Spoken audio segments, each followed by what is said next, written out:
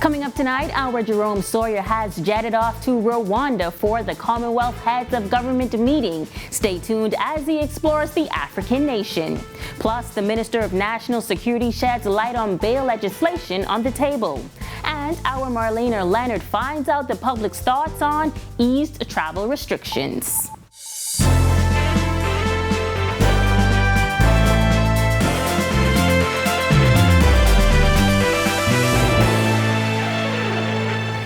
Is our news weekend edition. Thank you so much for tuning in. I'm Megan Shepard.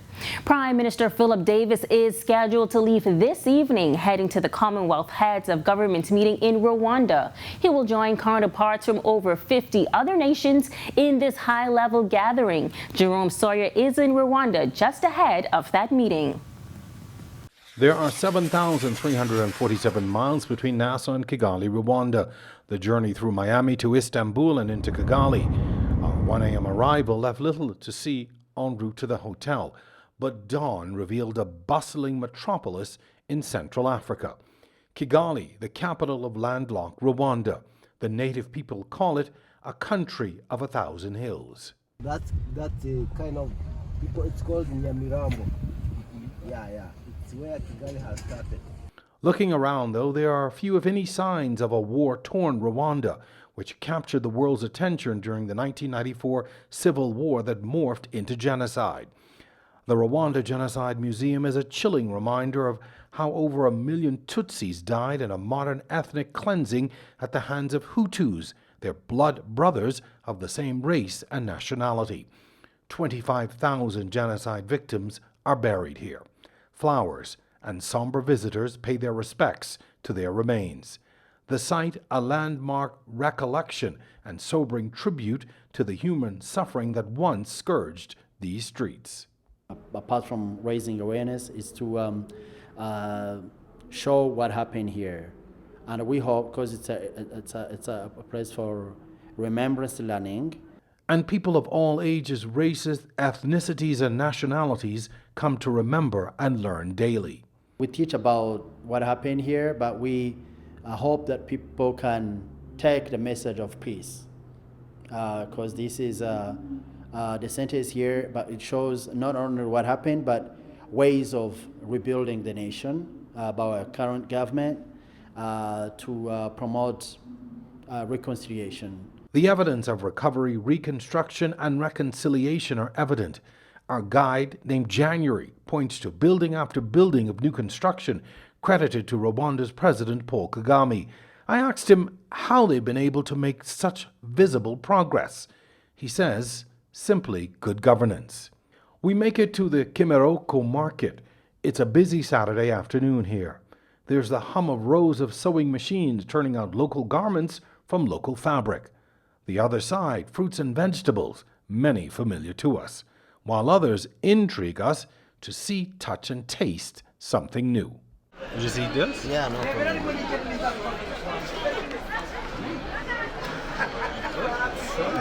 However you look at the familiar or new, this market is a microcosm of the economy and culture of this now peaceful African nation. In the decades since the genocide and destruction, Kigali has revitalized itself into a very modern and progressive city.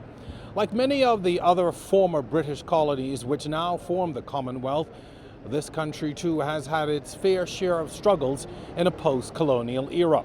But as 53 nations gather here for CHOGM, there are some lessons to be learned about progress, revitalization, peace, and above all, good governance. From Kigali, Rwanda, for Our News, I'm Jerome Sawyer. Now, ahead of the Prime Minister's departure, Press Secretary Clint Watson says he is expected to make interventions. Prime Minister will be making interventions there as well on behalf of the Bahamas and, of course, the Caribbean community, speaking to several issues. This comes on the heels of a successful visit to the Summit of the Americas in Los Angeles, California last week, where the Prime Minister would have spoken as well. After this trip, Watson says the Prime Minister will then head to the CARICOM meeting in Suriname, slated for early July. He stressed the importance of this meeting as the Prime Minister is set to assume chairmanship next year. Watson says the conferences are mandatory, as he explained the importance of the Prime Minister's attendance. So this is an important meeting for him, as the Bahamas will assume the chairmanship beginning January of next year. These are the 3 member associations that the Bahamas belongs to, the largest associations that the Bahamas belongs to.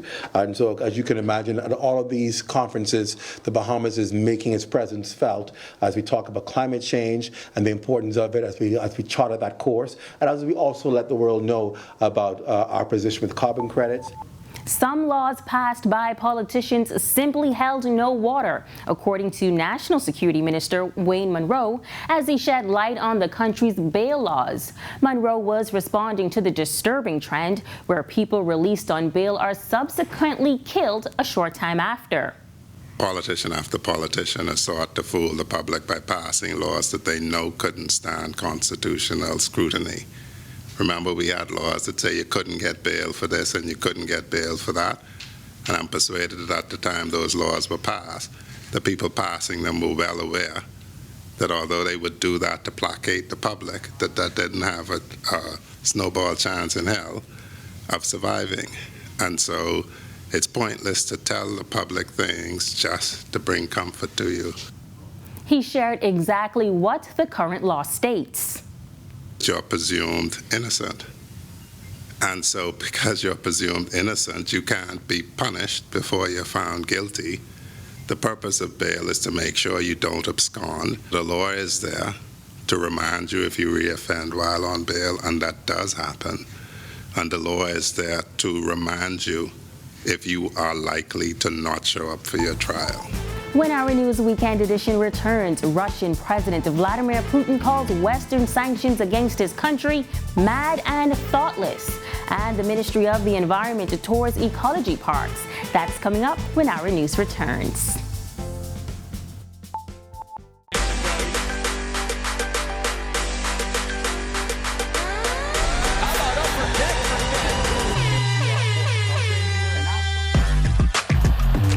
Got size at 6'5".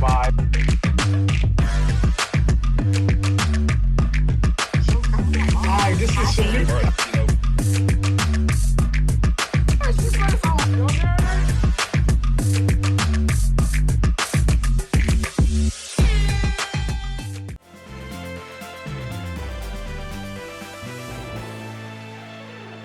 Welcome back to the Weekend Edition. More than 70 representatives from the Ministry of the Environment recently toured the New Providence Ecology Park's Sustainable Waste Management Projects. Department of Environmental Health Services Director Melanie McKinsey led the team. June has been declared Environment Month in the Bahamas, and we're also celebrating World Environment Day. And the theme for this year is Only One Earth. So obviously it's only one Earth. We have to try and emphasize the need to take care of it. And taking care of the Earth also means how do we take care of our waste? As you know, waste can also be a contributor to climate change and all the other environmentally objectionable things that are out there. So we decided that this month we would start with landfill, because that's the thing we most concern ourselves with. How do we manage solid waste in the country? Now, we've made great improvements with collection, and we've made vast improvements in how we actually dispose of the waste. The group got a first-hand look at how NPEP handles waste and how composting and recycling have changed the landscape at the 160-acre site. Obviously, sustainability is important, because if we don't sustain the earth, we're actually killing ourselves. If we don't sustain, then we have nothing to pass on. So everything in the earth is coexisting. So when we do something one place, we're affecting somebody someplace else. NPEP Director Ginny McKinney says there are several pivotal eco-friendly practices at the landfill, including recycling, composting, and managing of petroleum contaminated soil.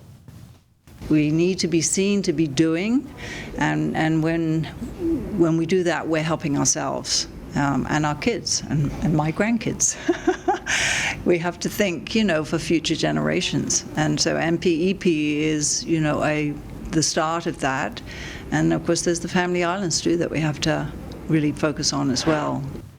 Russian President Vladimir Putin on Friday calling the sanctions imposed by the West on Russia after its invasion of Ukraine mad and thoughtless. Speaking at a forum in St. Petersburg, he said the economic attack on Russia had no chance of succeeding from the very beginning. The Russian president said the restrictions were more harmful to those who imposed them. Western nations have been seeking to strike a balance between punishing Russia and protecting their economies. But speaking at the annual St. Petersburg International Economic Forum, President Putin claimed the EU could lose more than $400 billion because of its sanctions against Russia. President Putin's officials have warned the Russian economy is suffering serious damage from the sanctions. However, Putin sought to strike an optimistic tone and also implored Russia's major businesses to keep working in the country. Russia's invasion of Ukraine took place on February 24th of this year in a major escalation of a war which really began in 2014. When our news comes back from the break, just what the doctor ordered. The best scent just for you. Check it out after the break. And our Grand Bahama in Focus segment takes you to the grand celebration. HG Christie celebrates 100 years. We have the details when our news returns.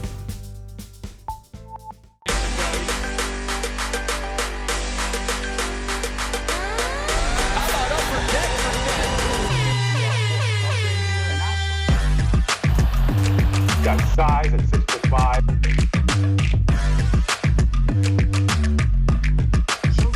Hi, this is Salute.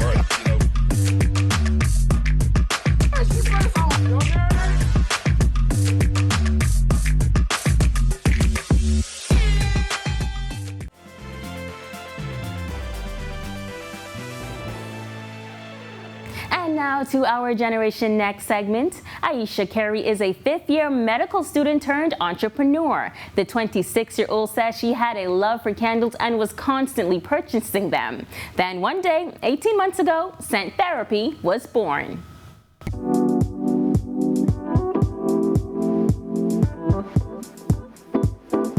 So I decided, one day, let's just try making these. Let's see how hard it is. So I did my research, started making candles for myself, and then I just decided, okay, let's see how we could, turn this into a business. And I started it, and from then I've just been making candles to sell. But it also is kind of like therapy for me as well, because it brings me relaxation. So while making candles, I feel like I'm in my zone, and I get to make money from it. So I think that's a plus. Carey says, like all good things, building momentum for her business took some time, but sales have been going well. She says the names and scents of her candles are inspired by Bahamian culture. I have the Sweetheart, Under the Coconut Tree, Mango Season. These are things that we're kind of familiar with. And with my new scents for summer, I have one called Rum Punch. That's a staple in the Bahamas. But it started off just really me trying to bring scents that I know I would enjoy out to the public. Because I know we have a lot of people that love good scents and they love for their areas, their home, their bedroom, their bathroom to smell good. So why not have a nice looking candle that could add aesthetic to the area as well as make the area smell nice? Her candles are all 100% soy coconut wax. She shares one of her favorite parts about making the candles. I think the highlight has been finding some of these beautiful jars. So I spent a lot of time online looking at new ways to make the jars more pretty per se, because I just feel as though if you're gonna have something burning, it should look nice. It shouldn't just be boring. So my favorite part is actually finding new jars and finding new scents. And on the flip side, one of Carey's greatest challenges thus far. I think the hardest part has to be social media engagement. So I'm not the best with social media. I'm more laid back, but I'm trying to do more by posting content, interacting with the followers, interacting with more people just so that I can get that follower base up. But I think that throughout the entire process, that's probably been the most difficult part. For now, scent therapy is home-based, but Carey has big plans for her business's future growth. Goal is to one day have my own storefront. I also plan to go a little bit further than candles. I would like to have a skin line, so lotions, body wash, body sprays to match the scents that I currently have for the candles, so you can kind of get the full set. And yeah, maybe one day even open up a spa, who knows, but definitely a storefront. Here's Carrie's advice for future entrepreneurs. Do it. Whatever ideas you have, whatever passion, whatever talent, go for it. It's not always going to be easy. It's not going to just pop off overnight, but once you take that first step, it's better than not doing anything, because it takes a step for you to actually get to where you're going. So don't let anyone discourage you, because a lot of people are going to be like, oh, other people are doing this, or you can't do that right now. How are you going to juggle it? If it's something you really want to do, go for it. The real estate agency H.G. Christie is celebrating 100 years on Grand Bahama and the launch of a new office in the Port Lucayo marketplace. Managing broker John Christie shed some light on the history of the prominent company.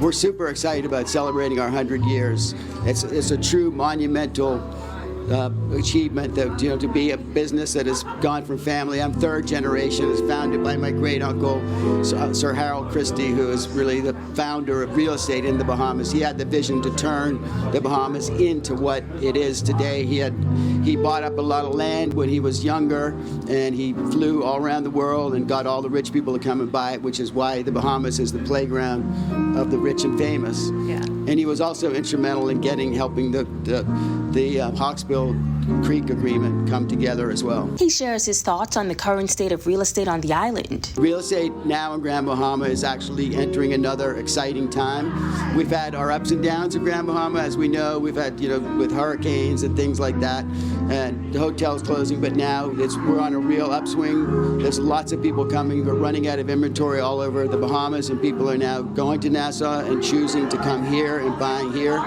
So we're really excited. It's a great time, and the market is up about 25%, and we're looking for a continued growth here in Grand Bahama. Incoming agent Dylan Christie is a commercial mortgage banker in New York City. He says while this is his first trip to the island, he says he is excited to join the family business on Grand Bahama. I grew up, ever since as a boy, I've been following my dad around in showings, and also with my grandfather, Peter Christie. They've been teaching me since day one, so it's not like I'm coming in fresh. I've had that experience in the States, and I also had that experience just from being around them, growing up every day, getting to know the business. He says as a young generation Christie, he plans to put social media to good use to promote the island. As a younger person coming into the company, I really want to focus on marketing, especially videos, Instagram, TikTok, you name it, because this day and age, everything is online, and so we got to have mass exposure in the Bahamas and the States, across the globe. And I think that, hiring some extra people and having my knowledge from my previous experience, we will be able to do that.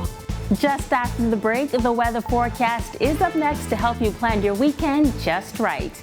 And our Gene Joseph is on the entertainment beat. Listen to his sit down with music artist Lyrical. That's coming up when the Weekend Edition returns.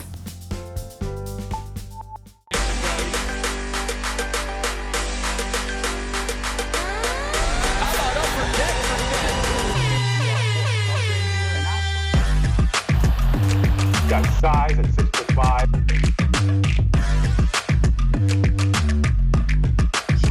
Hi, this is Samir.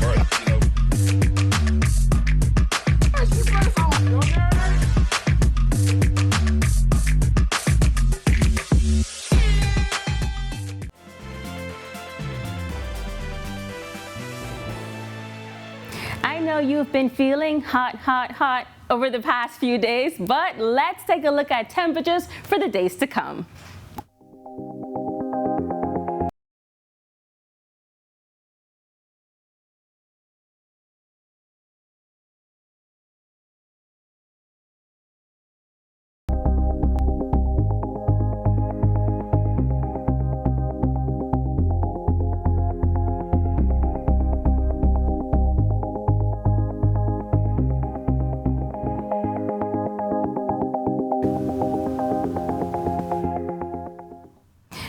locals and travelers are looking forward to the upcoming cancellation of the Bahamas health visa and testing for vaccinated passengers. But not everyone thinks this move is for the best. Marlena Leonard explains why in this report. Following the Biden administration announcing the lifting of COVID-19 testing requirements for travelers entering the United States, the president of the Bahamas Hotel and Tourism Association, Robert Sands, urged the Bahamian government to be, quote, swift and decisive in eradicating testing requirements, end quote. And so they have. The Deputy Prime Minister, Chester Cooper, and Health Minister, Dr. Michael Darville, announcing the upcoming eradication of the Bahamas health visa for travel and the elimination of pre-arrival testing for fully vaccinated travelers to the Bahamas, effective June 19th. But the U.S. Centers for Disease Control still lists the Bahamas as having a high level of COVID-19 in the country. And, according to the Ministry of Health and Wellness, between June 10th to 15th, the Bahamas recorded 298 new cases of COVID-19. Nearly 1 in 3 of those cases had a confirmed history of recent travel. Dr. Dwayne Sands also recently sharing his concern that he was unsure the choice was data-driven. Some people feel this step is a necessary one on the road to normalcy. I feel like it was long overdue to release it. You know, countries must go ahead, no matter what. Others acknowledge the risk, but feel safer as they're fully vaccinated and boosted. Well, like I say, I was vaccinated a long time, and I had the booster shot, so who ain't vaccinated and they will take a chance, that's their problem. This Junkanoo performer had no worries about the relaxed regulations, instead resting fully on his faith in God. I don't have no problem with nobody who think they have COVID, because they're going to go through them. God going to bless them and heal them. Reporting for our news, I'm Marlena Leonard. Thanks, Marlena. Trinidadian soca artist Lyrical is a favorite of fat goers and soca junkies. His infectious lyrics and high-powered performances captivating crowds whenever he performs. Our Jean Joseph got a chance to chat with the soca star recently as he brought down the rain at a wet fete. Here's more with Jean.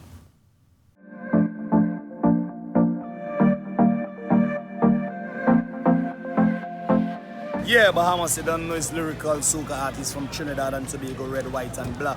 We represent the 365 days of the year. Blessings. The city came alive as Lyrical took to the stage at Big Boys Productions' Foam Madness 3 Reloaded event in Smugglers Square, downtown. Lyrical, who has been a staple soca artist here since 2015, says he always appreciates the energy he gets from the Bahamian people, and Friday's event was no different. The vibes was crazy, it had the foam, the water, the ladies, the vibes. You know, it was energetic, and I just want to big up everybody who come out. It's a pleasure for me to be here every time we step in the place, you know what I mean? Every time we touch down in the airport, come off that plane, we feel the Nassau love, the Bahamas vibe, you know what I mean? And it was nothing different tonight. Foam Fete Reloaded 3, hot vibes. Though Lyrical may be new to some, he is no stranger to the islands and says he has made special memories here over the years. The first time I came here, I actually didn't know what I was going to expect. And I came out on stage and the reaction from the crowd, I didn't even have to sing Cloud 9. I just stand up on stage and I was very shocked. I didn't even know if to put the mic to the crowd or put it to my hand. I just stand up here and sing the whole song, you know what I mean? And that was really a highlight and a memorable moment, you know, in career thus far, you know what I mean? And while the pandemic forced the world to slow down, Lyrical didn't let that stop his show. He's been busy producing music, with a new album on the way for fans and international performances planned to support the new release. Yeah, the album in the works right now, you know, July 10th, New York City, happy place. So we're doing the concerts. Who knows, we might bring it to Bahamas too, you know what I mean? But so the concert, album, songs, travel, you know what I mean? We're trying to touch the place, you know, we was locked down for like a year and a half, 2 years. So we're just trying to connect back with the fans, you know what I mean? Touch the fans, take pics and, you know, do what we do. You know what I mean? After all the love he received on stage, Lyrical has this message for his Bahamian fans. Well, I just want to say much love and I really, really appreciate it. You know, all the time we don't really get to say, show our gratitude to the fans to see we performing and, you know, taking pictures and all that. I just want to say salute, big love every time. Thank you guys so much in Bahamas to the world for showing Lyrical love from day one to now. And we continue that love. Blessings, salute on all my ladies, kisses, you don't know. And now that you know the artist a little better, here's a look back at his performance.